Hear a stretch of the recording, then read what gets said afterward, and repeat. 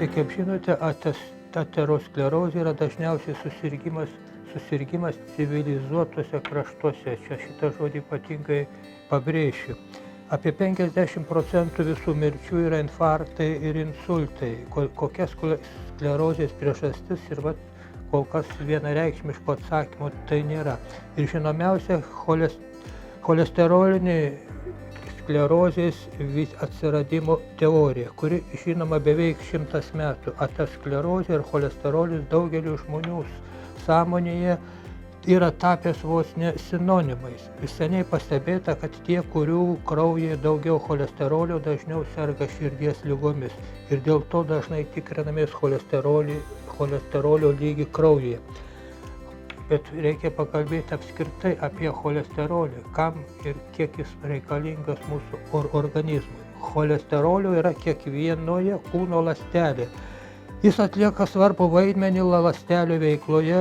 Iš cholesterolio sintetinama daug organizmui labai svarbių medžiagų – tulžies rūgštys, lytiniai hormonai, kortikosteroidai ir daug kitų. Cholesterolis labai svarbus organizmui, tačiau kai jau per daug gresia neigiamos pasekmės. Ir cholesterolio perteklius nusėda ant kraujagyslių sienelių, o tulžies pūslėje susidaro akmenys. Cholesterolis leidžia žmogaus ląstelėms judėti ir keisti formą, ko negali daryti augalai, nes neturi cholesterolio. Iš esmės, būtent cholesterolio reikia naujų ląstelių gamybai, augimui. Taip pat cholesterolis yra reikalingas estrogenų, testosterono, progesterono, kortizolio, aldosterono, tulžies gamybai. O svarbiausia, net 25% mūsų kūne esančio cholesterolio yra smegenyse. Cholesterolio labai reikia sinapsių, tai yra jungčių tarp smegenų, neuronų gamybai ir priežiūrai. Ir taipogi įvairiausių hormonų gamybai. Tai aš čia išvardinau, kaip svarbus ir kaip reikalingas mūsų organizmui cholesterolis. Ir čia dabar jis paskelbtas tokiu vos didžiausių priešų. Ir todėl labai svarbu sureguliuoti cholesterolio gamybą mūsų organizme, bet ne jį pašalinti. Jeigu cholesterolio neliks, jeigu cholesterolis netliks savo darbo, pasekmės bus žymiai skaudesnės negu jo perteklius. Ir per parą organizmas pagamina iki 2,5 gramo cholesterolio, o su maistu mes jo gauname tik iki 0,5 gramo. Cholesterolis yra pernelyg svarbi medžiaga tinkamam organizmo funkcionavimui ir todėl organizmas gamina jį pats. Įsitikinus tai, kas sklando šitais mitais, tai kartais sunku patikėti.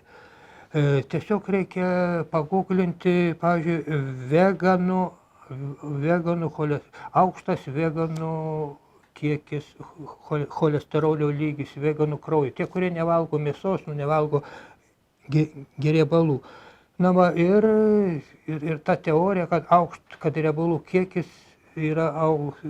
sukelia aukštą cholesterolį. Ir tai yra ta teorija, kad riebalų kiekis didelis ir riebalų kiekis sukelia aukštą cholesterolį. Sužinojus, kad veganai, kurie nevalgo visų šitų dalykų, taipogi kenčia nuo aukšto cholesterolio kiekio. Tai kokia yra cholesterolio, tai yra aterosklerozės priežastis. Tai yra dar kita cholesterolis vystymosi teorija pagal Brauną ir Holšteiną, kurie kalba apie gerąjį ir blogąjį cholesterolio. Tai yra mažo tankio lipoproteinai ir didelio tankio lipoproteinai. Ir kad būtų išlaikomas mažojo tankio lipoproteinų, kuris vadinamas bloguoju cholesteroliu, o didelio tankio lipoproteinai vadinami geruoju cholesteroliu, tai turi būti tikinamus, mums vėlgi reikia reguliuoti mitybą, labai apriboti mėsos ir kito maisto turinčio daug sočiųjų rūgščių vartojimą. O pasirodo, kad kai kraujas yra rūgštinis, tai būna mažai mažo tankio lipoproteinų, tai yra to blogojo cholesterolio, ir daug didelio tankio lipoproteinų, tai yra gerojo cholesterolio. O kai kraujas šarminis, būna atvirkščiai, tada daug blogojo ir mažai gerojo. Yra dar peroksidinė sklerozės vystymosi teorija, kuri mažai ką mums apie tai pasako. Iš tiesų yra bent keletas cholesterolį aterosklerozės vystymosi teorijų, tačiau tos teorijos iš tiesų apie tikrąją sklerozės priežastį tai mums nieko nepasako. Nikolajus Gidrusiakas, kurio atradimais mes čia dažniausiai ir pasirėmė, jis taip ir sako, kad sklerozė vystosi tada, kai yra kraujas šarminis, tai yra kai kraujyje mažai vandenilio jonų, tai yra protonų H su pliusu, o kraujo pH pastumimas į rūgštinę pusę yra pagrindinis veiksnys užkertantis kelią sklerozės vystymuisi. Ne cholesterolio didėjimui, bet sklerozės vystymuisi. Vat kodėl vystosi sklerozė. Va štai visiškai nauja aterosklerozės teorija, apie kurią tikriausiai negirdėjote, nes yra neviešinama, neskelbiama, nes tai iš tikrųjų tai būtų didelis smūgis farmacijos pramonai, tai reikėtų nutraukti visų šitų statinų, cholesterolį mažinančių vaistų vartojimą. Taipogi tai buvo 2002 metais Jungtinių Amerikos valstijų gydytojas Matijas Ratas Stanfordo medicinos mokykloje perskaitė pranešimą apie širdies ir kraujagyslių ligas. Jis atrado tamprų ryšį tarp skorbuto bei širdies kraujagyslių ligų. Įsiklausykite, tarp skorbuto ir širdies kraujagyslių ligų. O skorbutas yra kokia liga?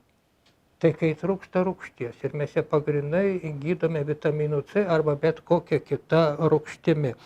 Ir va šitas Matijas Ratas sako, kad skorbutui kas yra būdinga? Skorbutui būdinga, kad kraujuoja mūsų dantenos, kraujuoja mažieji kapiliarai, būdingas kraujagyslių sienelių silpnėjimas. Ir Matijas Ratas pareiškė, kad aterosklerozė, infarktai, insultai yra ne lygos, o ilgalaikio vitamino C trūkumo pasekmė. Na, iš čia apsiriboju tik tai vitaminu C, bet vitaminas C, aš jau praėjusią kartą minėjau, kad tai yra viso labo eilinė organinė rūgštis, tik nepagristai paskelbta vitaminu C, nes rūgštis apskritai yra, kiekviena rūgštis yra vandenilio jonų tiekėja.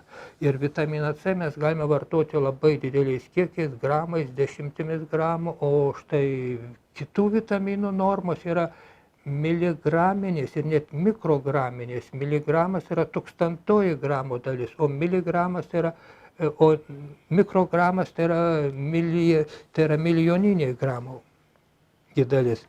Taigi, kai atrasta šita aterosklerozės priežastis, tai yra rūgšties trūkumas, tai reiškia, kad šitų ligų galima išvengti arba jas galima išgydyti be vaistų ir be operacijų. Ir pasak šito mokslininko, širdies ir kraujagyslių sistemos lygos tai ankstyva skorbuto forma. Ir nepakankamas kraujo rūgštingumas sumažina kraujagyslių sienelių stiprumą ir atsiranda smulkus pakenkimai. Vat vėlgi sujungiame su skorbutu. Skorbutų atveju pirmiausia irsta smulkieji kapiliarai.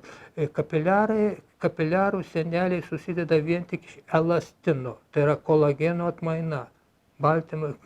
Elastinas ir kolagenas tai yra baltymai, kurie mūsų, kaip sakyti, sudaro organizmo karkasą.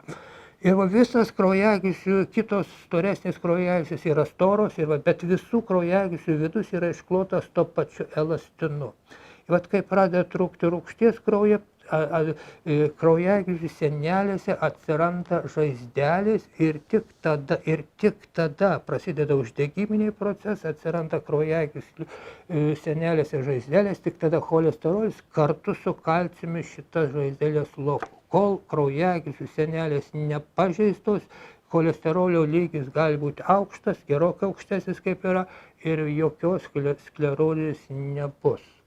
Šitą faktą reikia atsiminti, ir pasirodo gydytojai tai gana žino, gana gerai žino, man teko vienoj savivaldybėje apie tai kalbėti ir aš ten paklausiau auditorijos, kada prasideda aterosklerozė.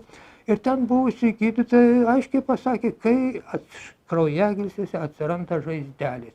Bet jų gydymo protokolas yra visiškai kitoks, cholesterolis aukštesnis, reikia išrašyti tam tikrus receptus tam tikriems vaikams. Vokiečių fiziologas Rudolfas Virchovas, gyvenęs XIX amžiuje, miręs 1902 metais, rašė, kad cholesterolis niekada nebuvo aterosklerozės priežastis, nes jis pasirodo tik galutinėje arterijų pažeidimo stadijoje. Ir cholesterolis ateina gydyti arterijų žaizdų, bet niekada tų žaizdų nepadaro. Padidintas cholesterolio kiekis yra ne tik uždegimo yra ne uždegimo požymis, bet būtent yra tik uždegimo požymis, bet ne jo priežastis. Priežastis buvo anksčiau. Būtent priežastis buvo anksčiau. Amerikiečių gydytojas Caldwellas Elstinas yra išleista jo knyga Širdies lygos ir prevencija, širdies lygų prevencija ir jų išgydymas. Išleista lietuviškai 2014 metais, jis taip rašo, 3/4 šitos planetos gyventojų nė negirdėjo apie širdies ligas.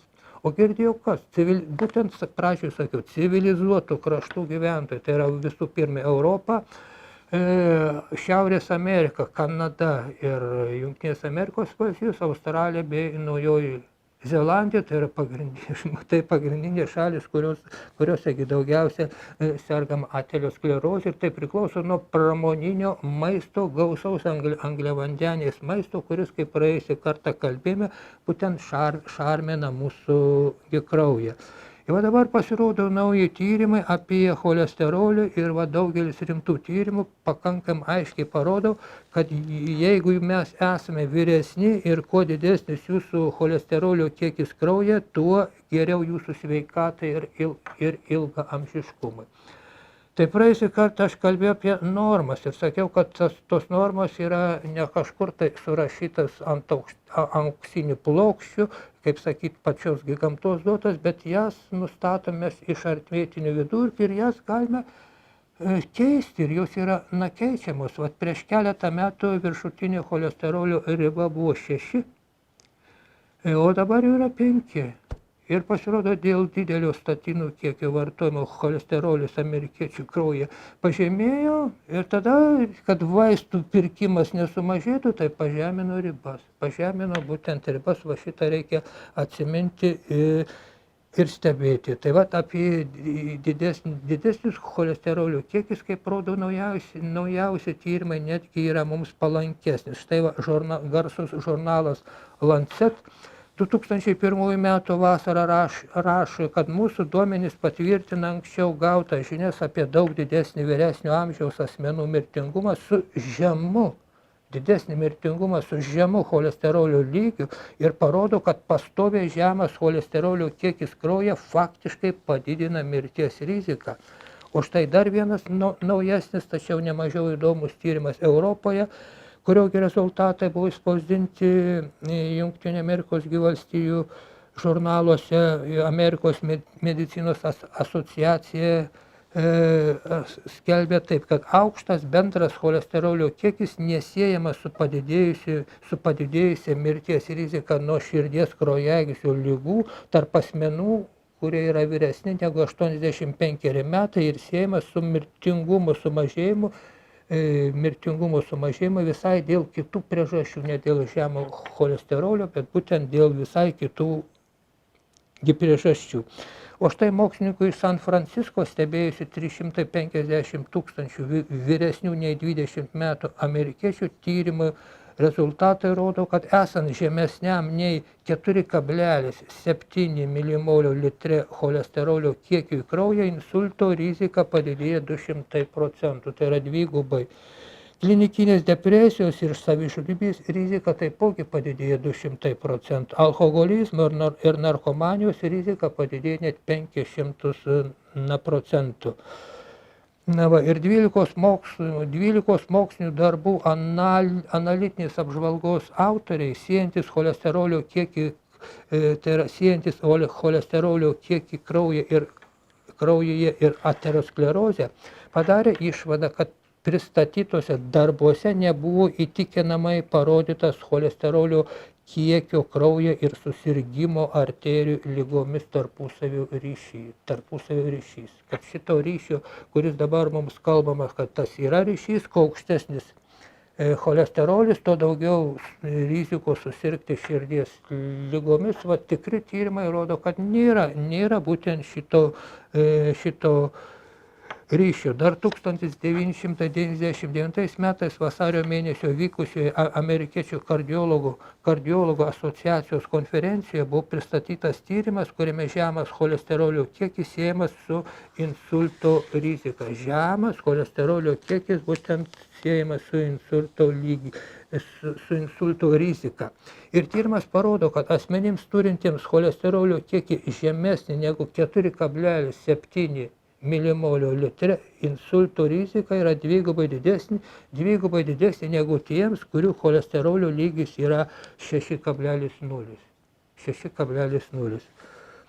Taigi, aukštas cholesterolio kiekis kraujyje iki 50 metų rimtų organizmo problemų indikatorius, tai yra rodiklis. Pagrindinės problemos tai yra angliavandenių apykaitos sutrikimas, virškinimo organų ligos ir infekciniai susirgimai. Tai yra angliavandenių apykaitos sutrikimas ir duoda būtent kraujo šarmingumą, tada, kai tai yra ta priežastį, dėl kurios prasideda uždegiminiai procesai ir kraujagyslių sienelėse atsiranda žaizdelės. Taigi, išvada tokia, kad cholesterolis viso labo tik sveikatos veidrodis, o ne ligų priežastis. Tai tik sveikatos veidrodis, bet ne ligų priežastis ir jo pradeda daugėti, kai kraujagyslių pažeidimų dėl kraujagyslių pažeidimų prasideda uždegiminiai procesai ir cholesterolio daugėja, kad jis galėtų lopyti, užtaisinėti pažeistas kraujagyslių sienelės. Tai yra ne priežastis, bet tik tai sveikatos veidrodis. Ir aukštesnis cholesterolio kiekis, kuris biologiniu požiūriu, cholesterolis biologiniu požiūriu svarbiausias sterinas, jis apsaugo, o nesilpnina organizmas. Kaip pradžioje sakiau, kiekvienoje ląstelėje yra tam tikras kiekis cholesterolio ir jeigu jo trūksta, organizmas jį pats gamina. Va štai ištrauka iš Mažosios medicinos enciklopedijos. Cholesterolio kiekis žmogaus kraujoje plazmose keičiasi su amžiumi, jis daug žemesnis yra naujagimių, tik 1,8 milimolio litre pirmaisiais gyvenimo metais, cholesterolio kiekis padidėja daugiau negu dvigubai ir siekia panašiai 3,9 milimolio litre 7-8 metų vaikui. Ir paskui tas cholesterolio lygis išlieka toks ganėtinai žemas, o augant organizmui su amžiumi cholesterolio kiekis natūraliai auga. Sulaukus 18-20 metų cholesterolio kiekis kraujyje pradeda palaipsniui, tačiau nesustodamas kilti ir kyla vyrams iki 50 metų, o moteriams iki 60 ir 65 metų, kol pasiekia tam tikrą nuolatinį lygį. Ir ne veltui oficialus normalaus cholesterolio kiekis nukrito iki 5,2 milimolio. Praktiškai visi sveiki amerikiečiai sulaukę 45 metų yra kandidatai į vaistų vartojimą. Iš tikrųjų, tenka pripažinti, kad reikia labai daug ligonių, kad išsilaikytų ir augtų 25 milijardų dolerių verslas vien tik parduodant 5 pavadinimų vaistus prieš cholesterolį. Taigi mes anksčiau ką tik sakėme, kad remiantis daugelio tyrinėjimų rezultatais, vyresniems nei 50 metų aukštas cholesterolio kiekis nebeturi didelės reikšmės sveikatai, netgi kuo jis aukštesnis, tuo geriau, o kuo žemesnis, tuo didesnė mirties rizika, tame tarpe nuo infarkto ir nuo insulto.